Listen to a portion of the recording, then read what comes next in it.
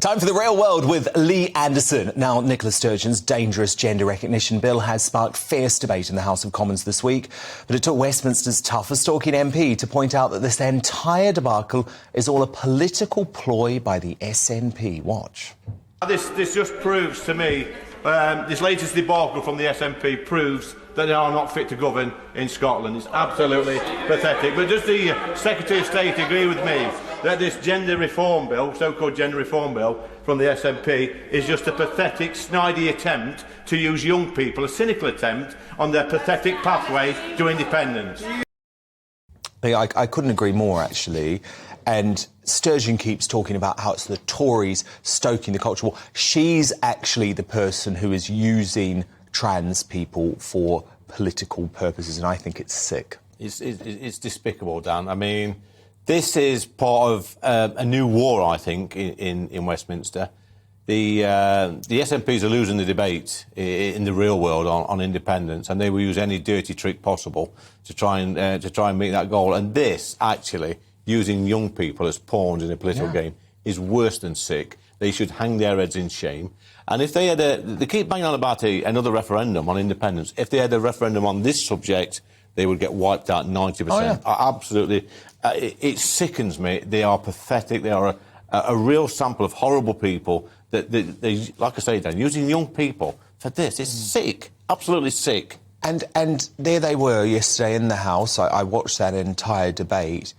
Booing and jeering the Labour MP Rosie Duffield because she was standing up for the rights of biological women. You know what? Rosie's one of the bravest MPs in there, and when she stood up, because I was there, and they were jeering and booing. They are a rabble, absolute rabble. I sit there and watch them week in, week out, and I think if the Scottish people could see some of the behaviour that they come out with in that chamber, they probably wouldn't vote for them next time. It's disgusting, and it's one of them things in Parliament, Dan, where when I get there, I think, I don't want to be part of this, but I'm not going to sit back and be quiet while these people are destroying young people's lives. No, and I think you made a very important point.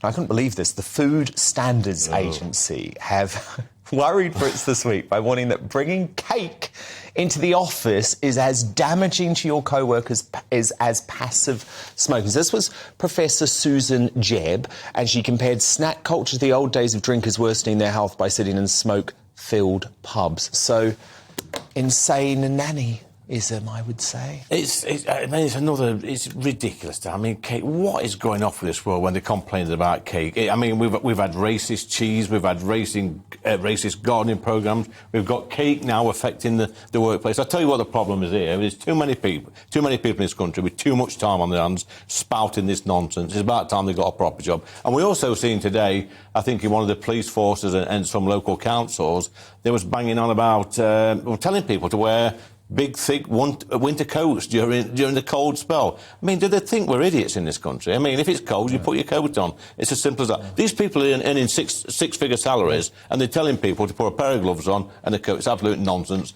They need sacking. And these folk in the Home Office are telling staff in the Homeland Security Department this week that they can't use the word mate anymore. Well, listen, mate. I completely disagree. Isn't it nonsense? You know, it is. It's madness. I've had this conversation many, many times. You know, if you want to call somebody mate, you call them love, you call them darling. Well, what's going on in this world? These are terms of endearment. They're not meant to offend people.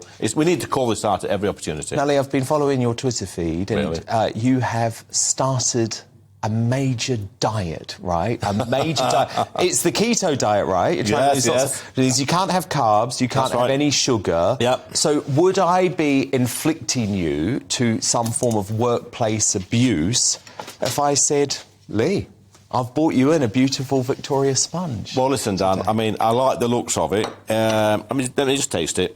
Oh, it's very un-keto, let me tell you. I've got the cream. I'm not sure if that's a homophobic cake or a racist cake, but it's definitely a delicious cake. Do you feel like I've just subjected you to a health crime as bad as passive I think it's quite smoking? cruel. It's quite cruel what you've done to me. I didn't expect that, but A Victoria Sponge, I do love that.